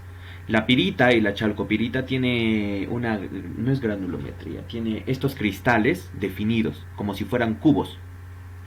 Ya, en cambio el oro no tiene esos cristales. Es una de las diferencias. Otra diferencia es que, si no me equivoco, cuando le echas azufre a estos, ácido sulfúrico, a estos desprende un agente gaseoso. En cambio el oro no lo desprende. El oro se deshace, el oro es muy blando. Ya ese es otro tema. Aparte de las características, a veces es ya cuando uno los ha reconocido tantas veces, es muy fácil darse cuenta los colores. Este no es oro. ¿Quién te ha engañado? ¿Cuánto te han vendido estos? $200 te han visto la cara. Esto es pirita. Por eso se le llama oro de los tontos a veces.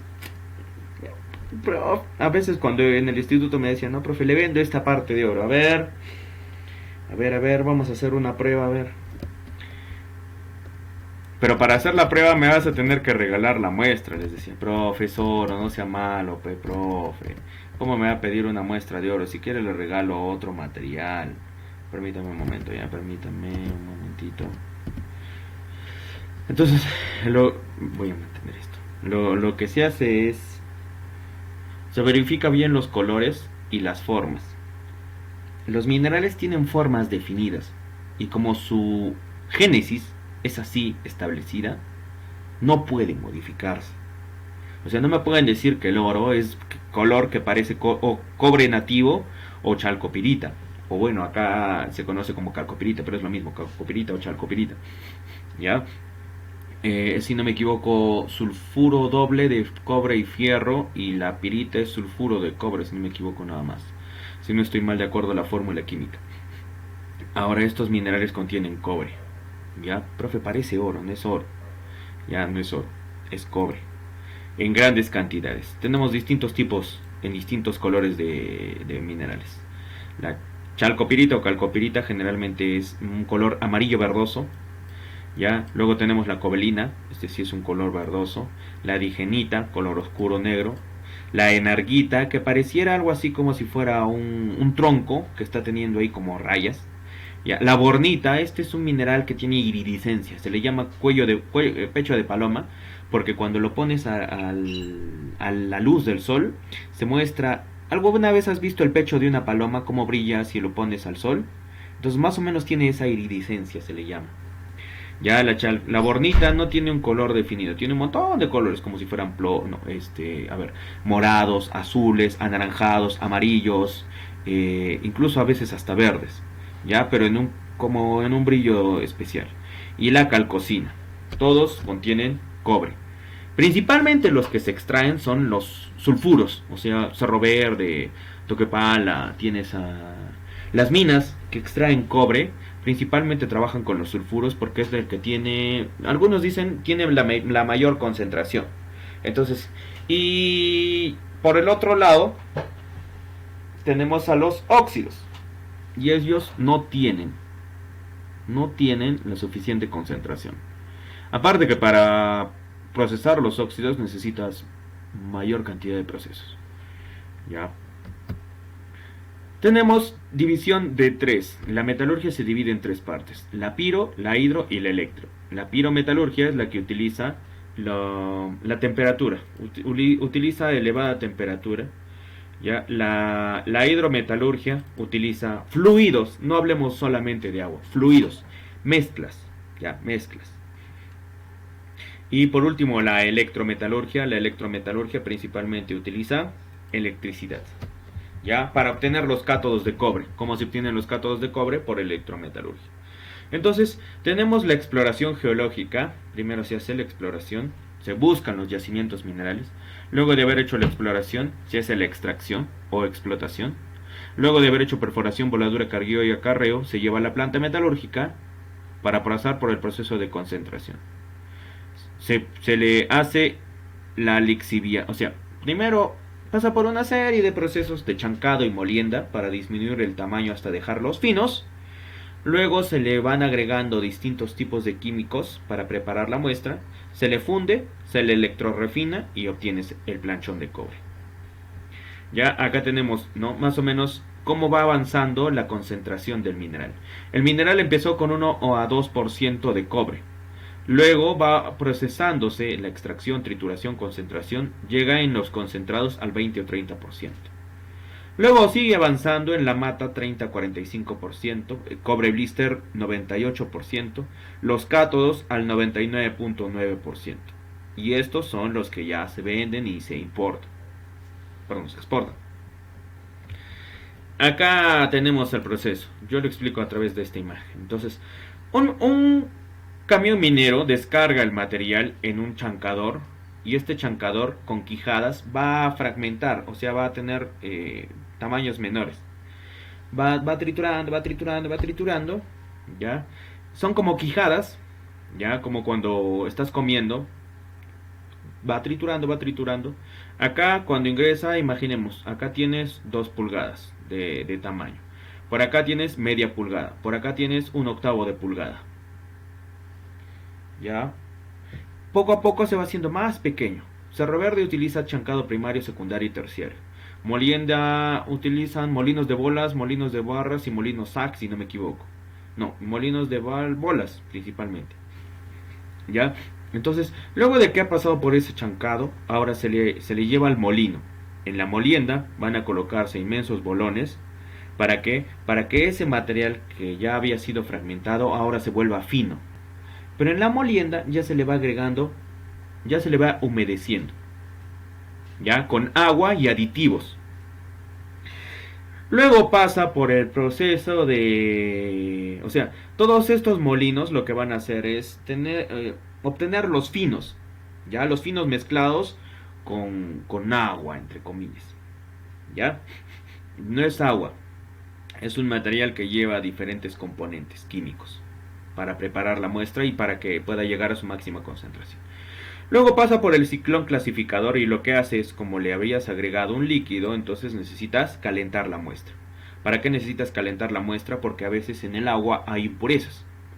Entonces, luego de haber pasado por eso, este material ahora sí es algo así como una cuba que tiene una gran cantidad de lodo, pero ese lodo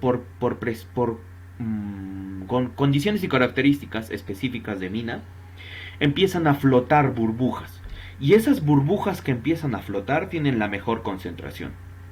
¿Ya? Esa concentración, esas burbujas, luego son transportadas al tanque despesado. En el tanque despesado se pasa algo así como un peine. Y ese peine, ya imagínate, a ver, ya. El peine va pasando y va arrastrando esas burbujas que contienen la máxima concentración. Y luego pasa por el proceso de filtración. En el proceso de filtración ya se intenta eliminar casi al 30%, al 40% la humedad. Y después de pasar por el proceso de filtración, se le calienta un poco y se obtiene el concentrado. Este concentrado es el que vende. ¿Quién vende concentrados? Antamina. ¿Quién más vende concentrados? Cerro Verde obtiene concentrados, pero no se queda ahí. Cerro Verde obtiene el cátodo, el producto final, el planchón. Hay empresas que se quedan en el concentrado nada más. Y esto lo comercializan. Y el concentrado se puede comercializar. Siempre y cuando cumpla con las características de concentración, o sea, que tenga esa pureza, ¿no? Que tenga esa pureza que fue descrita en el contrato, porque cuando uno va a comprar debe existir un contrato, debe haber todo un estudio y deben, de acuerdo a la comercialización también, ¿no? En cuanto está valorizado el concentrado de cobre, el concentrado de plomo, el concentrado de plata, el concentrado de zinc. Perdón. Cuando empieza la fundición, o sea, la molienda es pirometalurgia porque es seco. ¿Ya? No, acá no es pirometalurgia, esta es pirometalurgia por la acción del calor. Cuando empieza la molienda es hidrometalurgia. ¿Ya? Esto es hidrometalurgia porque principalmente los procesos como son fluidos, líquidos entre comillas, pero son fluidos. Ya cuando pasa ya por la filtración y el secado ya empieza la piro, y acá en la fundición ya es completamente pirometalurgia. En la fundición lo que pasa es que todo este concentrado luego se va a verter, se le va a calentar ya por encima de los 500, 1000, 2000 tal vez grados centígrados, una gran cantidad de grados centígrados, o sea, una temperatura elevadísima, y lo que hace es ese concentrado que parecen como si fuera pequeñas pepitas ya de color verde, luego se van a fundir y se van a formar en un caldo hirviente. Ese caldo hirviente luego va a ser colocado en un horno flash y van a pasar por el convertidor, el cual ya está llegando a una concentración del 98% para obtener el cobre blister. Pero el cobre blister no es el producto final, lo que se intenta es moldear, se le van colocando en ánodos, los ánodos tienen una forma como de plancha, ya este horno, o sea, pasa por acá el convertidor al horno, del horno todavía se calienta un poco más y pasan acá al moldeador y al final, por cuestión de electricidad, se obtienen esas partículas o ese planchón de cobre. El planchón de cobre, el planchón de cobre entre comillas, como se había moldeado en el ánodo, debería llevar ese nombre, pero el nombre final se le llama cátodo al 90 y casi al 100% de pureza para que se pueda vender. ¿Me entendieron o no me entendieron?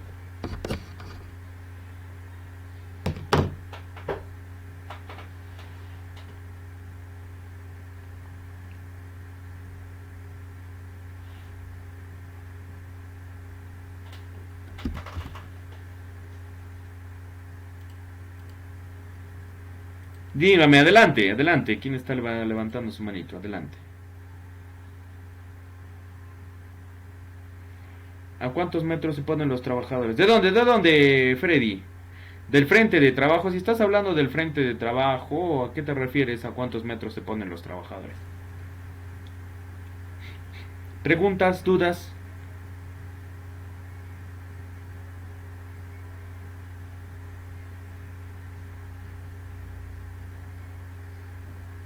¿Está Freddy? Está Freddy González Lagos.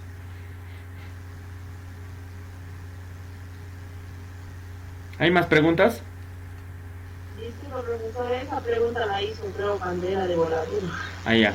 Sí, si estamos hablando de voladura, eso nos lo dice, no nos lo dice el Decreto Supremo 024 en minería subterránea.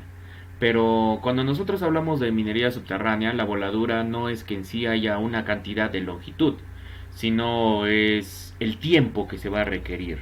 Ya, a ver, dice, eso era en voladura. Te explico, y para contestar tu pregunta y que no quede al aire, ya, para que haya un trabajo correcto. ¿Dónde tengo? Ya, por acá lo tengo. Permíteme un segundito, ya te voy a mostrar. Es de otro curso, pero ahora que me acuerdo, puedo utilizar esa imagen. Planes subterráneos, acá está.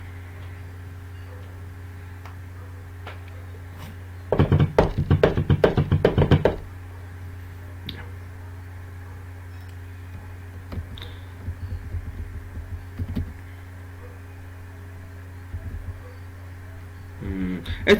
Esta imagen lo puse porque ya al menos los servicios que estamos brindando con la consultora, estamos hablando ya en este idioma, el idioma de la automatización, y es una realidad que no es tan lejana. Buenaventura está empezando con la automatización. Cerro Verde hace bastante tiempo que ya está utilizando equipos, ¿cómo le llaman? No es independientes. Aparte de equipos automáticos, no me acuerdo cómo se les llama, equipos... No es equipos auxiliares tampoco. Equipos remotos, algo así. ¿Ya? Y eso sirve para controlar las operaciones. En subterránea, mi estimado. Entonces imaginemos que esto es, ¿ya? Más o menos así es. Cuando a veces tenemos minas subterráneas de gran profundidad, cuando se inició el proyecto, se realizaron, es algo así como ascensores de izaje, los cuales van a tener se les llama ascensor porque van a tener una cabina. En esa cabina pueden subir, bajar personal o subir, bajar herramientas. Esto tiene una gran dimensión para que el trabajador pueda ponerse a salvo lo que se hace es, cuando se hace el amarre en la malla de voladura, cuando se hace el amarre, se deja un cordón o mecha de seguridad. Que esa mecha de seguridad va a ir lento, se le llama mecha lenta porque va lento. Y le va a dar el tiempo al trabajador para ponerse en un resguardo, o sea, ponerse a salvo. ¿Ya? No tiene que ver mucho con los metros, sino tiene que ver nada más con tiempo. ¿Ya? Ahora, no es correcto. Hay algunas empresas todavía que lo utilizan por cuestión de presupuesto.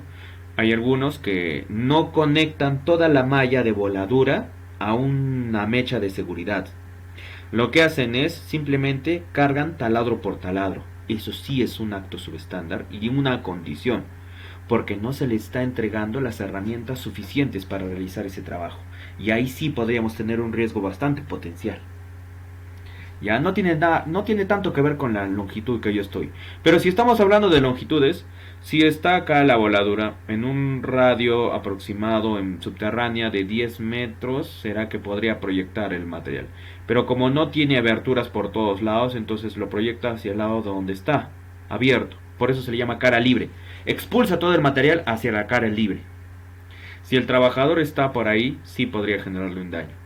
Aún así esté un poco lejos, porque a veces la proyección de las partículas hace que una pequeña roca se dispare como si fuera una bala. Y eso podría generar un accidente. Ya, eso es importante. No sé si respondí tu pregunta.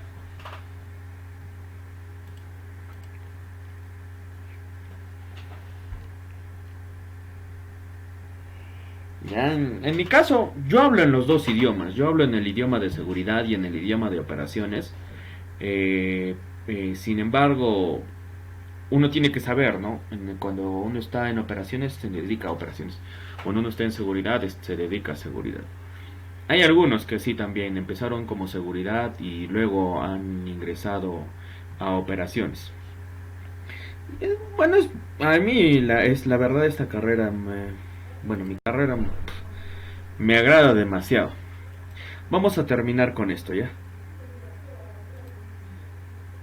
Les decía, un camión está en... No es un botadero, va a un talud determinado. Algunos le llaman stockpile porque se va a acumular el mineral. Levanta su carga y vacía la tolva, vacía todos los minerales. Y luego esos minerales, con un cucharón de cargador frontal, son llenados en la trituradora, en la chancadora. Y en la chancadora se disminuye su tamaño. Más o menos así. Entonces, el camión agarra y lo descarga. Y en eso que es, y esa pila de materiales puede ser con un camión o puede ser con una faja transportadora. La faja transportadora genera el stockpile. Y el stockpile, el cargador frontal, lo que va a hacer es empezar a alimentar a los chancadores o molinos. Y lo que hacen esos molinos es fragmentar el material hasta tener pequeñas partículas. Se les llama finos. Luego de haber pasado por ese proceso hay concentradores. ¿Y qué es lo que van a hacer? Separar lo que tiene baja ley de lo que tiene alta ley, para recién pasar por el espesador, la flotación y esos procesos que les había mencionado, ¿no? Como les decía, se forman como lodos y en esos lodos van existiendo burbujas. Luego de pasar por la flotación en el espesador, ¿no? Acá se van formando las burbujas porque hay un agitador. Entonces ese agitador provoca las burbujas y en esas burbujas está la mejor concentración. Luego viene el espesador. Ya el espesador va a jalar esas mejores burbujas y las va a llevar a un tanque de filtro para que elimine el agua. Y luego va a pasar por una serie de hornos para convertirlo en cobre blister. Perdón, en cobre cátodo. En los cátodos de cobre son conocidos como planchones de cobre. Esto es más o menos, ¿no?, como se observa una planta metalúrgica, que el material está caliente, está hirviendo. Ya, y así sucesivamente es como se obtienen, ¿no?, los procesos. Esto es un poco más también metiendo el tema de química, ¿no? Como así se transforma en cobre. O sea, deja de ser sulfato de cobre y se transforma en cobre. No les mencioné que en los procesos se le agrega cianuro. Perdón, estoy hablando piedras. Se le agrega ácido sulfúrico. Ya, y en el ácido sulfúrico hay sulfatos. Entonces el cobre se mezcla con el sulfato, formando sulfato de cobre. Ya, pero al final se separan los sulfatos del cobre por electrodeposición. Entonces, en la electrodeposición, no sé si por acá está la electrodeposición. Creo que no está acá la electrodeposición. Así está. En la electrodeposición o electrorefinación, lo que pasa es que se colocan dos planchas, una plancha positiva y una plancha negativa. Y en la plancha negativa lo que pasa es que como el cobre está perdiendo, o sea, está teniendo una interacción, está excitando sus electrones, entonces salta. El cobre, al ser un metal, pierde electrones, se carga positivamente. Como se carga positivamente, va a buscar un negativo. Se pega a esa plancha y esa plancha luego es que tiene solamente cobre. Y así lo mismo pasa con el oro, plata, platino, el estaño, el antimonio, el bismuto, el plomo, el fierro, cobalto, níquel, el zinc. La mayoría se utiliza con este proceso. Hay muchos metales que se aplican con este proceso parecido al cobre, ya, en el cual se utiliza la lixiviación, como les había dicho. Se obtiene la electrorefinación y luego de 20 días se deja que seque ese planchón y luego se vende y se lleva. ¿A dónde se lleva? Al barco para que sea comercializado. Sí, ahí tenemos los vertederos, el vertedero de filtración, lo que son los pozos, como les decía, se utilizan distintos tipos de agregados. Existen floculantes, ¿ya? En fin. ¿Preguntas, dudas hasta aquí?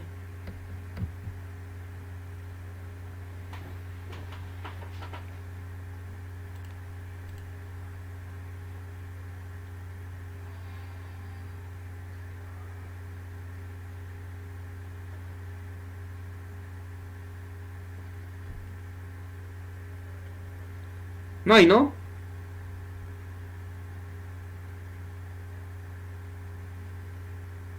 Adelante, adelante, Raúl. Ingeniero, buenas tardes. Buenas Sí, tardes. solamente era para salir de dudas de la poza de relave, creo que es. Ujú. ¿Eso a dónde va o qué función tiene, por Ya. favor? Ya. Vamos a abrirlo acá, ¿ya?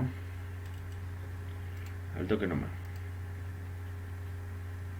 Tenemos dos, o sea, el material, al final, me olvidé de decirles que no todo es concentrado, o sea, no todo es mineral, no todo se va a procesar. Entonces, cuando ya pasa por el chancado y la molienda, ya no se le llama desmonte, se le llama relave, ¿ya? Pero antes de llamarse relave, le llaman escoria. No me lo tomen a mal esa pregunta, es un término técnico. En la presentación de cobre, ahí está. No sé bueno, de repente he pasado muy rápido, pero en las diapositivas menciona el nombre escoria. Escoria representa que tiene una baja concentración. Ya vamos a hablar de la relavera, pero la vamos a ver así como es. Ya permíteme un momento que termine de cargar. Ahora, terminando de explicar mientras va cargando. Primero, es chancado, es molido, y todo el material que no tiene muy buena concentración empieza a salir del proceso. Empieza a llamarse la escoria. Sigue pasando, sigue pasando. Imaginemos que ya está por el proceso de fundición. ¿Y a dónde va a ir? Al relave. Todo ese material va a ir a la relavera. Entonces, en la relavera es algo así como un fluido, es una cancha en la cual se le va a colocar una estructura no simplemente de cemento, sino se va a hacer todo un diseño de resistencia, porque ahí se va a contener todo el relave que se pueda. Luego, cuando se va a cerrar la mina, ese relave se tiene que procesar y todo ese material tiene que generar un impacto cero, o al menos se debe tratar en el tiempo para que todo ese lugar vuelva a ser utilizado. Así lo piensa Antamina. Antamina hace eso. Hay bastantes minas que sí respetan las leyes del medio ambiente y que cumplen los más altos estándares, no solamente nacionales, sino internacionales. Entonces, te voy a hablar acá, mina Cerro Verde.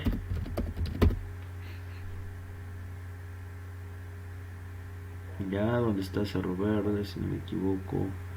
Esta creo que es.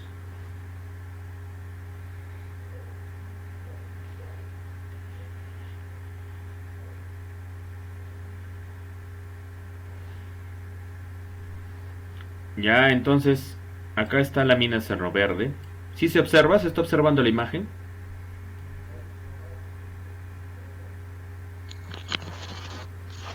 Sí, sí, ingeniero, San Pedro. Perfecto, entonces, o sea, tú tienes acá dos tajos. El Tajo Cerro Verde propiamente, cuando empezó la mina, y el Tajo Cerro Negro, que es la ampliación de Cerro Verde o la expansión de Cerro Negro.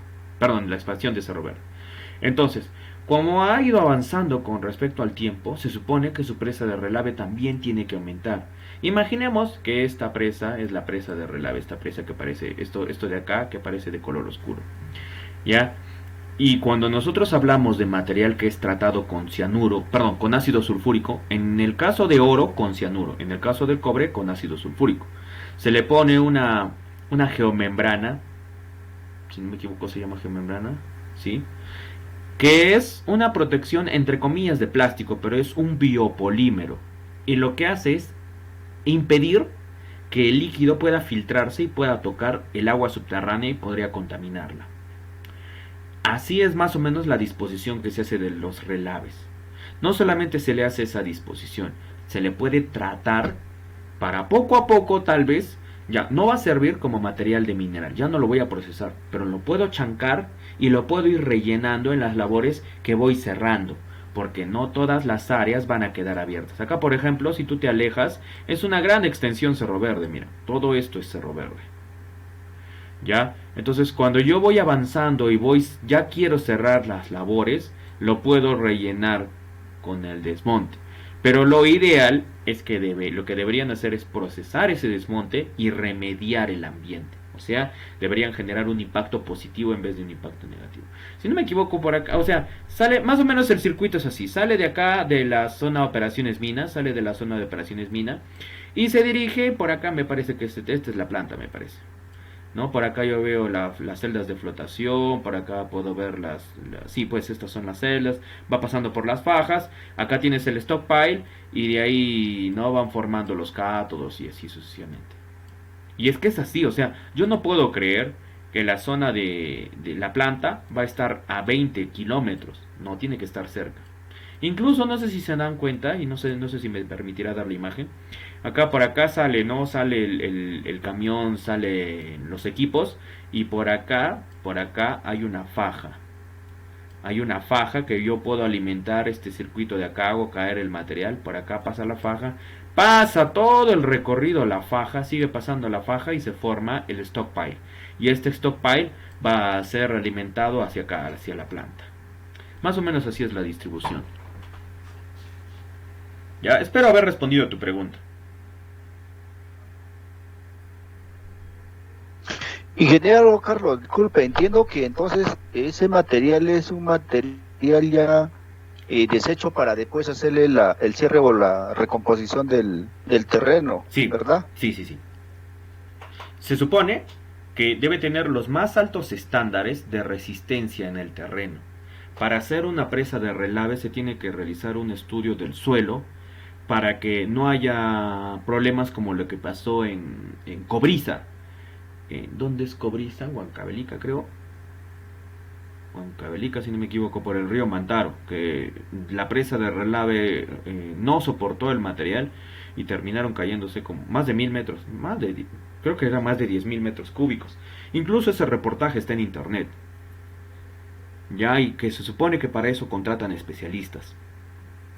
Uno, ¿quién es ahí el que pone su carrera en riesgo? El ingeniero que ha firmado ese proyecto, el encargado del proyecto, y otro es el encargado de la empresa minera que estaba verificando esa labor. Porque también se supone que yo debo verificar las operaciones, no solamente cuando estoy trabajando, sino cuando ya voy a finalizar.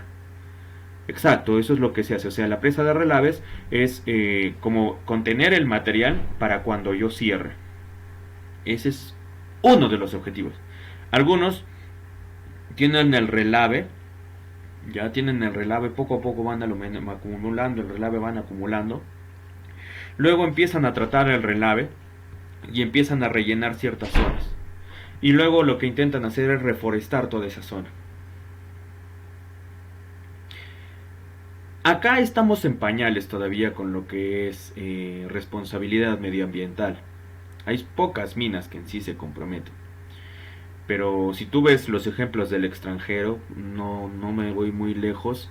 En Colombia, si no me equivoco, donde es una zona de mineros, pero mineros se podría decir informales, tiene más conciencia porque la zona donde se está realizando esta extracción de oro, al lado hay un aserradero, o sea, producen madera, pero esa finca es más o menos de unos, creo que es 1000 hectáreas, creo, así es grandaza esa área. Es un documental que hay en internet. O sea, cuando uno quiere ser realmente especialista también puede buscar, ¿no?, opciones. Al final no se trata simplemente de no hay presupuesto, que esto, que lo otro, quejarse. Siempre hay opciones. A mí me invitaron 2 veces. El año pasado fui a la feria Hakuno, se llama. Esta feria de los colegios, ¿no? Donde participan con proyectos y todo.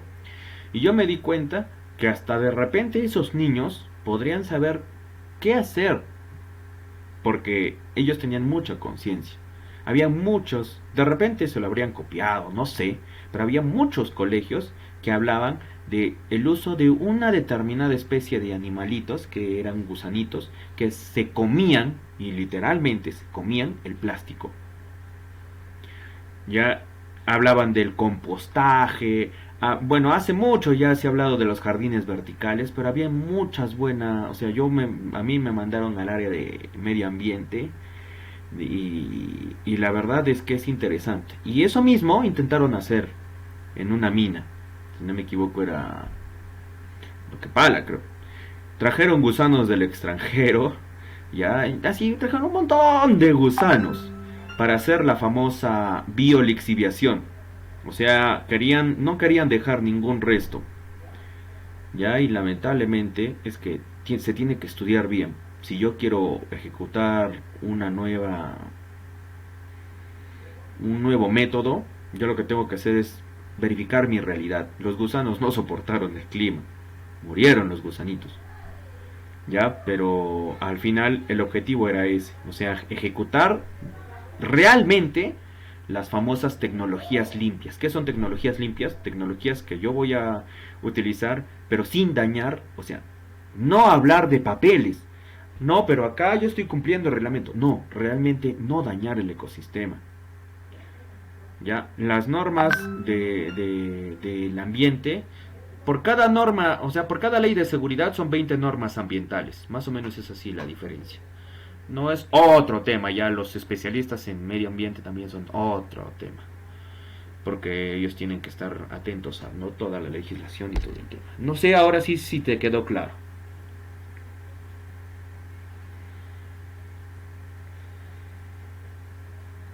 Sí, sí, muchas gracias, ingeniero. Está claro. No te preocupes, al contrario, pregunte nomás. Ya, vamos a hacer un break. Vamos a hacer un break. Hemos empezado a las 3, a ver, 3, ahorita es 4:50. Tenemos... Voy a terminar bastante rápido, ¿ya? Me gustaría terminar a las 7:10, entonces vamos a darnos unos 10 minutos. Ya unos 10 minutos para que, no sé, tomen agua, tomen algo. Y regresamos a las 5 en punto, ¿ya?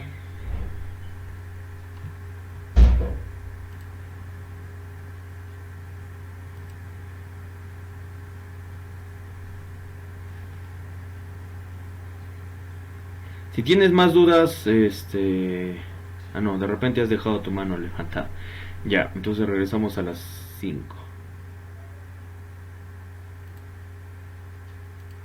Ay, casi le levanto la... Sí, después le respondo las dudas, después de que tomemos el receso.